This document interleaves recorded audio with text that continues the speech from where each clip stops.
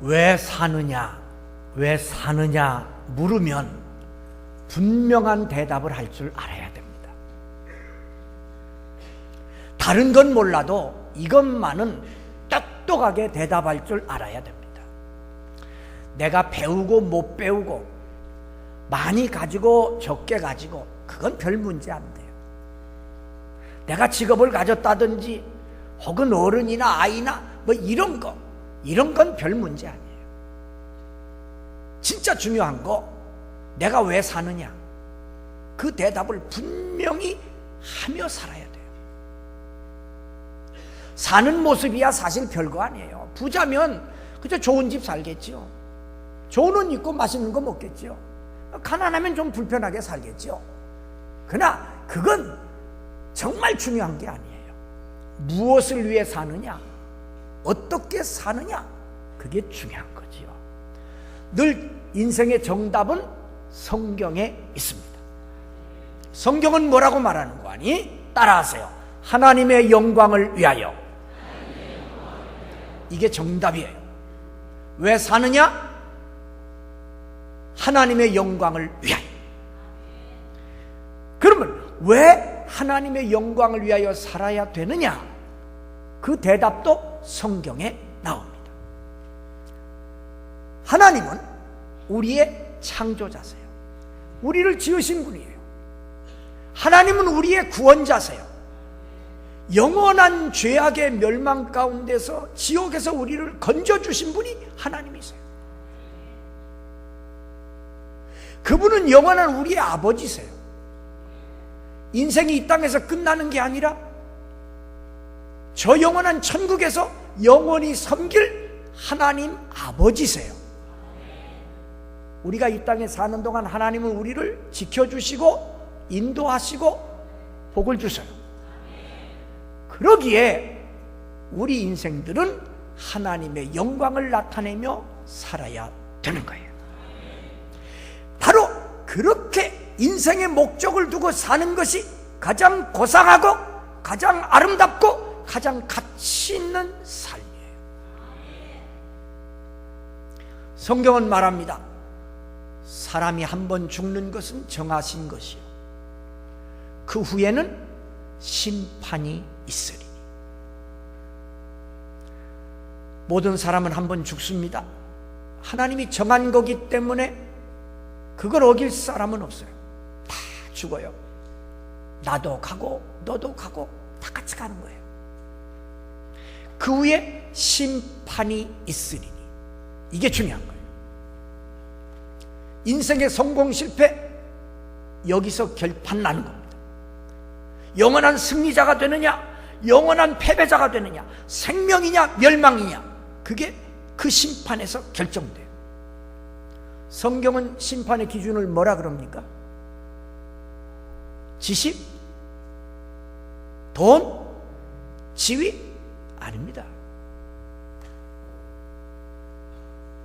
인생을 살되 무엇을 위해 살았는가, 그걸 보고 심판하십니다. 내가 세상에서 얼마나 가졌느냐 그런 거 묻지 않습니다. 얼마나 배웠느냐 그거 중요한 거 아니에요. 내 인생을 무엇을 위해 살았느냐, 하나님의 영광을 위해 살아 영원한 승리자 되시기를 바랍니다. 위대한 사도 바울이 디모데후서 4장 7절 8절에서 믿음의 아들 디모데에게 마지막 유언처럼 마지막 말씀을 주십니다. 나는 선한 싸움을 싸우고 나의 달려갈 길을 마치고 믿음을 지켰으니. 그는 일생 동안 선한 싸움을 싸우고 달려갈 길을 마치고 마지막 남은 게 믿음을 딱 가지고 있습니다. 하나님의 영광 위에 나는 살았다 하는 믿음을 딱. 여러분, 어느 날 내 나그네 발걸음 멈출 날이 있어요. 그때 여러분 손에 뭐가 있어야 돼요? 여러분 가슴 속에 뭐가 있어야 돼요? 저금 통장? 세상의 명예? 아무 필요 없어요. 그때 정말 내 손에, 내 가슴 속에 남아야 할 것은 믿음입니다. 하나님을 바라보고 나는 그래도 내가 비록 더딘 걸음으로 왔지만 내가 남들처럼 화려하게는 못 살았지만 나는 하나님의 영광을 위하여 살았다 라는 그게 남아있어야 돼. 이제 후로는 나를 위하여 의의 면류관이 예배되었으므로 주 곧 의로우신 재판장이 내게 주실 것이니 내게만 아니라 주의 나타나심을 사모하는 모든 자의 개통이라. 한마디로 하나님의 영광을 위해 살아야 된다는 교훈이에요. 우리 중앙교회 성도들 모두 하나님의 영광을 위해서 가장 아름답고 가치 있고 보람된 삶을 사시기를 주의 이름으로 축복합니다. 오늘이 시편 마지막 시간입니다. 150편. 150편 중에 마지막 150편. 주제는 여호와를 찬양하라. 여호와를 찬양하라. 어디서 찬양할 것인가? 무엇을 찬양할 것인가? 어떻게 찬양할 것인가? 세 가지를 마지막 결론으로 말씀하고 있어요. 어디서 찬양할 것인가? 1절 할렐루야 그의 성소에서 하나님을 찬양하며 그의 권능의 궁창에서 그를 찬양할지어다. 두 가지를 말씀하고 있어요. 먼저 그의 성소에서, 여기 그는 하나님이십니다. 하나님의 성소에서, 성소 예배하는 곳에서. 여러분, 이 공간의 개념에 대해서 중요성을 알아야 돼요. 이 세상 시간과 공간을 창조하신 분이 하나님이세요. 그러므로 우리가 이 시간과 공간 사용에 있어서 중요성을 알아야 돼요. 여러분, 여기는요 하나님 앞에 예배하기 위해서 지어진 집이고 하나님 앞에 예배하겠다고 드려진 집이에요. 그런 공간입니다. 대학교의 강의실, 사업하는 사업장 사무실, 시장의 상점, 논밭 달라요. 여기하고 공간 개념이 다른 거예요. 거기는 공부하는 데고, 거기는 돈 버는 데고, 거기는 농사 짓는 데고, 여기는 하나님께 예배하는 곳이에요.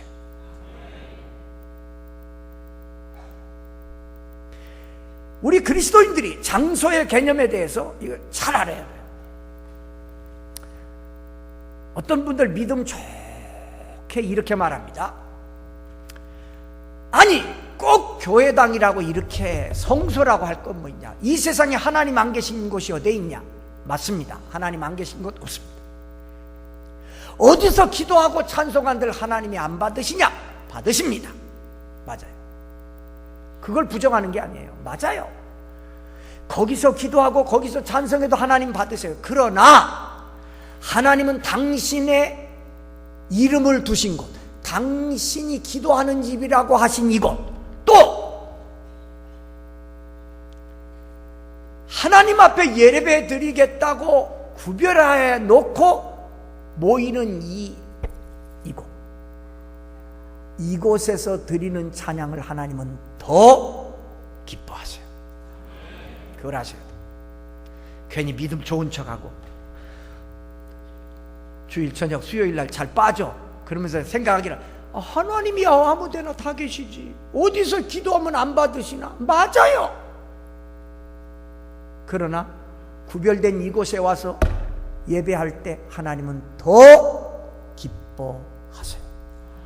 그래서 구약 성경 보면요 얼마나 이 장소, 공간 이걸 중요시 하는데, 남자는 1년에 3번 내 앞에 보이라. 남자가 1년에 3번 하나님 앞에 나와서 예배 드리지 않으면 대가 끊기는 거예요. 또 어디서나 기도하고 어디서나 찬송해도 하나님이 받으시지만 하나님 앞에 특별히 제물을 드리고 예배 드릴 때는 성전, 성막, 성전 아니면 안 됐어요. 왜 하나님이 그토록 엄하게 장소성을 가리켰을까? 그래야 우리가 믿음 생활을 잘하기 때문이에요. 그러니까 여러분 어디서든 하나님을 찬양하되 특별히 성소에서 예배하는 곳에서 찬양하시기를 바랍니다. 두 번째, 그의 권능의 궁창에서 찬양하라. 그는 하나님이시죠? 권능의 궁창이란 말이 뭐예요?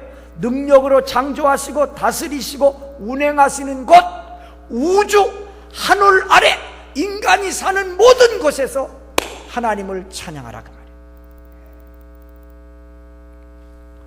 세상을 보면서 찬양할 줄 알아야 돼요. 교회당 안에서만, 성소에서만 찬양하고 밖에 나가서 찬양을 잃어버린다면 슬픈 사람이에요. 하늘의 별을 보고 하나님을 찬양할 줄 알아야 돼요. 봄바람을 느끼면서 찬양할 줄 알아야 돼요. 저 아름다운 초록을 보면서 찬양할 줄 알아야 돼요. 내가 들판에서 농사를 지면서 그걸 보면서도 하나님을 찬양할 줄 알아야 돼요. 이게 진짜예요. 어디서든지, 하늘 아래 어디서든지 찬양거리를 찾지 못하는 인생은 불쌍한 인생. 계룡산에 올라갔어요. 올라가가지고 좋다, 시원하다, 물도 좋다 그러고 내려오면 그 사람은 껍데기만 본 사람이에요. 우리 그리스도인, 하나님을 믿는 사람은 그들이 보지 못하는 깊은 것을 볼 줄 알아야 돼요. 하나님의 창조가 놀랍다. 거기서 주 하나님 지으신 모든 세계 한 번을 부르고 내려올 정도 돼야 이게 맞은 거예요. 교회당 문만 나서면 찬양을 잃어버려요. 그건 당신의 믿음이 지금 삐뚤어지고 있다는 거예요. 제가 늘 얘기하지요. 또 할게요.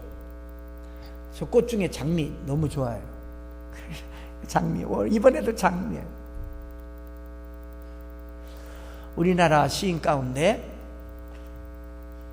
이혜인이라는 수녀 시인이죠. 아주 아름다운 시를 많이 썼어요. 그분의 작품 가운데 6월의 장미, 6월의 장미라는 시가 있어요. 제가 여러분에게 소개해 드릴게요.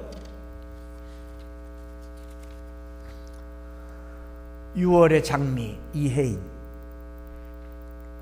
하늘은 고요하고 땅은 향기롭고 마음은 뜨겁다. 6월의 장미가 내게 말을 걸어옵니다. 사소한 일로 울적할 때마다 밝아져라, 맑아져라 웃음을 재촉하는 장미. 삶의 길에서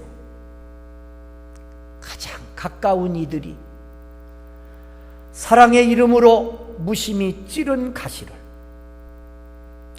다시 가시로 찌르지 말아야 부드러운 꽃잎을 피워낼 수 있다고. 누구를 한 번씩 용서할 적마다 싱싱한 잎사귀가 돋아난다고. 6월의 넝쿨 장미들이 해 아래 나를 따라오며 자꾸만 말을 건네옵니다. 사랑하는 이여, 이 아름다운 장미의 계절에 내가 눈물 속에 피어낸 기쁨 한 송이 받으시고 내내 행복하십시오. 우리 보통 사람, 나는 진짜 시인들 존경하고 싶어요. 어떻게 그 좋은 언어를 끌어다가 저런 걸 보면서 그 깊은 것을 우리에게 말해주는지 말이에요. 그분은 6월의 넝쿨 장미 담장에 이렇게 핀 장미, 그거 보면서 이 시를 썼지 않겠어요? 그 가운데 대목이 늘 가슴이 와닿아요. 삶의 길에서 가장 가까운 이들이 사랑의 이름으로 무심히 찌른 가시를 다시 가시로 찌르지 말아야 부드러운 꽃잎을 피워낼 수 있다고. 누구를 한 번씩 용서할 적마다 싱싱한 잎사귀가 돋아난다고.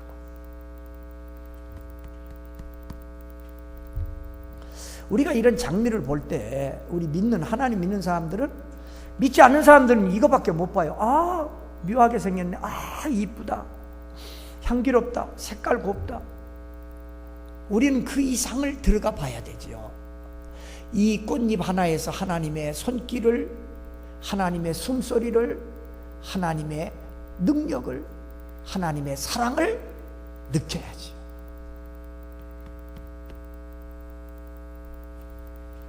그러니까 우리가 성소 안에서만 아니라 밖에서도 무엇을 볼 때 찬양거리를 찾는 자가 되시기를 바랍니다. 두 번째, 무엇을 찬양할까? 2절, 그의 능하신 행동을 찬양하며 그의 지극히 위대하심을 따라 찬양할지어다. 무엇을 찬양할까? 두 가지입니다. 그의 능하신 행동을 찬양하라. 그는 하나님이십니다. 능하신 행동이란 말은 누구도 막을 수 없는, 무엇도 막을 수 없는, 언제나 하실 수 있는 선한 뜻을 이루시는 하나님의 행동, 능력. 하나님이 하시고자 하는 일을 누가 막을 수 있어요? 없어요. 이스라엘 백성은 이 말씀을 읽을 때마다 뭘 생각하는 거 아니? 430년 동안 애굽에서 종로로 됐던 걸 생각하는 거예요. 아무도 애굽에서 430년 종로로 타던 자기들을 해방시킬 수 없어요. 그런데 하나님은 능하신 행동으로 해방시켰어요. 그 생각을 하는 거예요. 세상의 모든 지식, 세상의 모든 권력, 세상의 모든 무기의 힘을 합쳐도 하나님 앞 대항할 수 없어요. 하나님을 이길 수 없어요. 그러므로 우리의 삶 속에 나타나는 능력의 하나님을 늘 찬양하시기를 바랍니다. 두 번째, 그의 지극히 위대하심을 따라 찬양하라. 그는 하나님이지요. 지극히란 말은 인간의 상상을 뛰어넘는 위대하심을 따라 인간이 흉내낼 수 없는 역사를 말해요. 이 말을 하면 이스라엘 백성은 또 홍해를 생각하는 거예요. 해방받았습니다. 가나안을 향해 나가다가 홍해를 만났어요. 앞에 홍해 바다가 쫙, 뒤에는 바로의 군대가 쫓아옵니다. 절망입니다. 아무것도 할 게 없어요. 앞에 가면 홍해 빠져주고 뒤로 가면 다시 노예가 되는 거예요. 그때 지극히 하나님이 지금 인간의 상상을 뛰어넘는 위대하심을, 인간은 흉내낼 수 없는 역사를 이루셨는데 홍해를 갈랐습니다. 아멘. 크게 하세요. 갈랐습니다.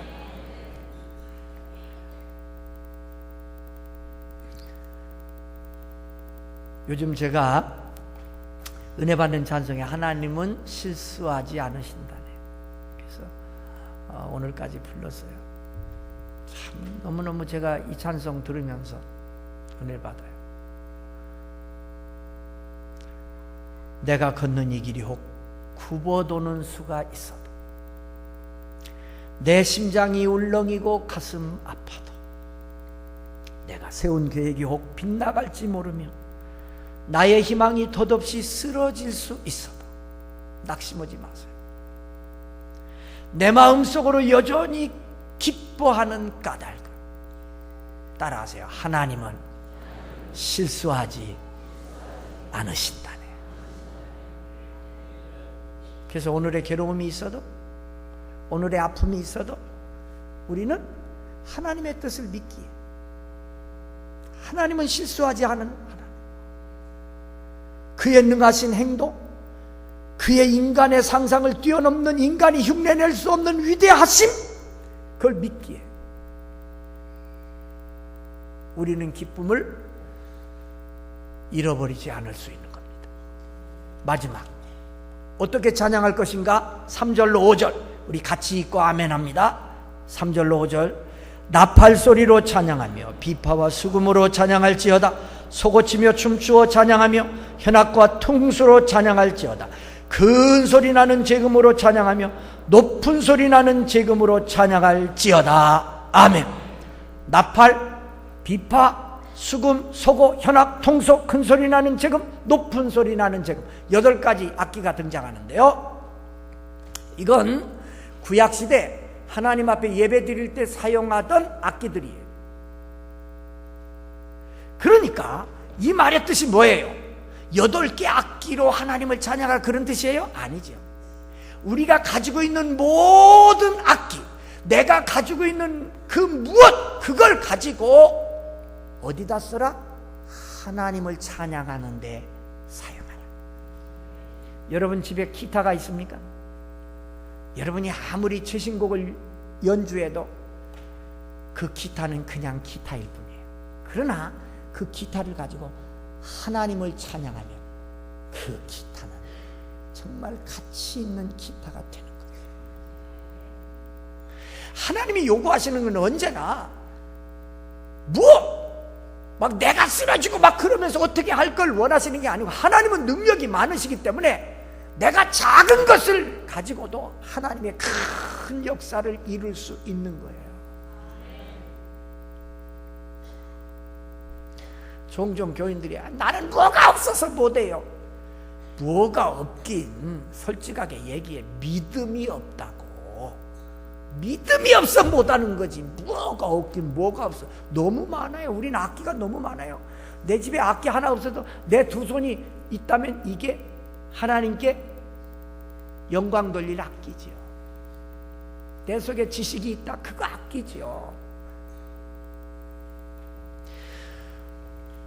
이스라엘 백성을 애굽에서 해방시키려고 이제 하나님께서 모세와 아론 두 사람 보내잖아요. 글쎄 450년 종로로 닫은 백성, 그 많은 백성을 인도하려고 겨우 두 사람 보내네. 근데 또 칼이나 창 주시는 게 아니고 모세 보고 네 손에 있는 게 뭐냐? 지팡인데요, 던져라. 그래가지고 하나님의 능력을 보여주시더니 글쎄 그 지팡이 하나 들고 가네요. 원 하나님도. 그 시대는 권총 없었으니까 막 창이라도 주시고 활이라도 주시면서 해바로 하고 이래야 되지. 지팡이 그거 양치는 지팡이. 바로의 손에는 뭐가 있었어요? 금으로 된 홀이 있었어요. 그거 한번 움직이면 천하가 벌벌 떠는 거예요. 누가 이겼어요? 하나님이 지팡이 든 모세와 함께 하니까 그냥 모세가 지팡이 휘둘리기만 하면 바로가 벌벌 떠는 거예요. 무슨 뜻인지 아십니까? 내 비록 작은 것이지만 하나님이 쓰실 때 위대한 역사를 이룰 수 있는 거예요. 내가 부흥회 가서 들은 얘기인데 참 한심한 얘기를 들었어요. 내 그 학교 명예 때문에 얘기는 안 할게요. 유명한 우리나라 대학 음악대학 성악과를 나왔어요. 유학도 갔다 왔어요. 근데 찬양대를 안 해? 왜 안 오느냐? 대답, 수준이 안 맞아서. 수준이 안 맞아서 못 온다고 안 한대. 그분이. 내가 왜 저 찬양대 안 한대요? 수준이 안 맞아서 못 온다고 저러네. 안 맞아. 수준이 안 맞지. 우리나라 최고 성악가 나오고 외국 갔다 오고 수준 안 맞지. 근데 하나님이 보시는 건 하나님도 똑같이 말씀해요. 야, 수준이 안 맞는구나. 무슨 수준? 믿음의 수준. 하나님이 보시는 건 믿음의 수준입니다.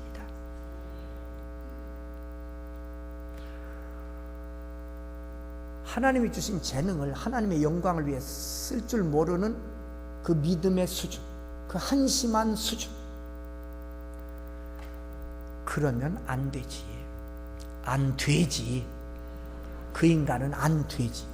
안 되지. 수준 좋아하네. 수준 같은 소리 하고 있어. 내가 가지고 있는 그거 하나님의 영광을 위해 쓰여질 때 그게 가장 가치 있고 아름다운 게 되는 거예요. 말씀 마칠게요. 우리 다 같이 6절 읽어요. 6절 시작. 호흡이 있는 자마다 여호와를 찬양할지어다. 할렐루야. 아멘. 호흡이 있는 자마다, 그러니까 내가 숨쉬고 사는 이유를 말하는 겁니다. 사는 이유, 모든 생활의 이유, 공부하는 이유, 결혼하는 이유, 사업하는 이유, 직장 다니는 이유, 여호와를 찬양하라. 할렐루야. 여러분 모든 삶이, 하루의 삶은 할렐루야로 시작해서 할렐루야로 마치고, 여러분의 일생 마지막에 여러분의 입에서 할렐루야로 여러분의 인생이 맞춰지는 승리하는 인생들 되시기를 주의 이름으로 축복합니다. 주신 말씀 붙잡고 1분 동안 하나님, 나도 이렇게 살게 해주세요. 1분 동안 조용히 기도하십니다.